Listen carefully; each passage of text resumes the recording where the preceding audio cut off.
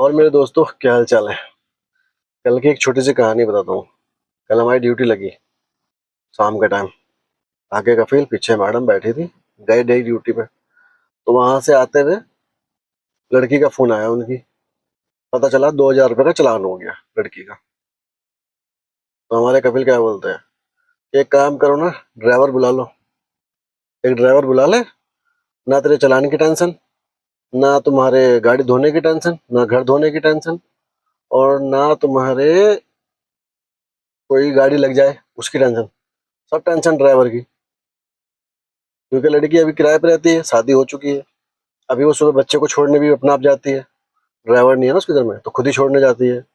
उसके बाद लेके भी अपना आप आती है। उसके बाद ड्यूटी भी अपना आप जाती है। उसके बाद रास्ते में जो चालान हो जाए उसकी भी जिम्मेदारी उसी की होती है।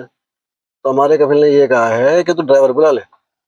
मुमकिन अल्प सभा में राती, यानी कि 1700 सैलरी दोगे, उसमें वो घर भी धो देगा और तुम्हारा बच्चों को भी लेके आएगा, और तुम्हारा अल्लाह भला करे चालान का जिम्मेदार भी वो होगा, मॉल में पार्किंग का जिम्मेदार भी वो होगा।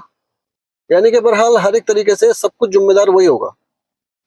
तो भाई ड्राइवर जो भी आए, सोच समझ के आए कि सब जिम्मेदारी उसके सिर हो जाती है, हाल फिलहाल के हिसाब से। ये मैंने कल सुना। मैंने कहा बाबा सुनो नहीं दास, लाजिम लाजिम हुआ सुख हुआ मसूल। यानी कि गाड़ी वो चलाएगा तो उसकी जिम्मेदारी गाड़ी की। गाड़ी खराब होने की जिम्मेदारी नहीं है, लेकिन गाड़ी अगर कहीं एक्सीडेंट हो जाए तो उसकी जिम्मेदारी है। गाड़ी में कहीं पे भी चालान होगा उसकी जिम्मेदारी है। और जी तुम्हारा मॉल में गए और पार्किंग नहीं मिल रही तो वो जिम्मेदारी उसकी है। यानी कि वो तो उतर जाएंगे, तुम पार्किंग ढूंढो। गाड़ी लग गई तो जिम्मेदारी उसकी है। चालान, जैसे कोई इशारा तोड़ दिया तो जिम्मेदारी उसकी। पीली पट्टी पे ले गया तो जिम्मेदारी उसकी। ओवर स्पीड का चालान हो गया, कोई भी चालान होगा वो ड्राइवर मसूल है। जब ड्राइवर सब कुछ मसूल है, तारीख रखा कितनी, 1700 रुपये।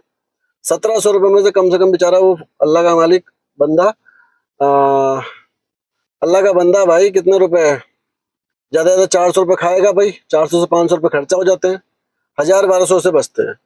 अगर उसने महीने में एक भी चालान कर दिया तो वो भी उसके बराबर हो जाते हैं। तो भैया उनकी बातें सुन के ये लगा कि भैया गाड़ी धीरे चलाओ, 100 का रोड है, 70 चलाओ, साली को भगाने की जरूरत ही नहीं है। क्योंकि उन्हें उससे मतलब नहीं है तुम्हारी सैलरी कितनी है, कितना क्या है। उनको अपनी सेफ्टी देखनी है, यानी कि कफिल को। तो भैया सोच समझ के चलाओ गाड़ी, यही कहना चाहेंगे बस हम तो।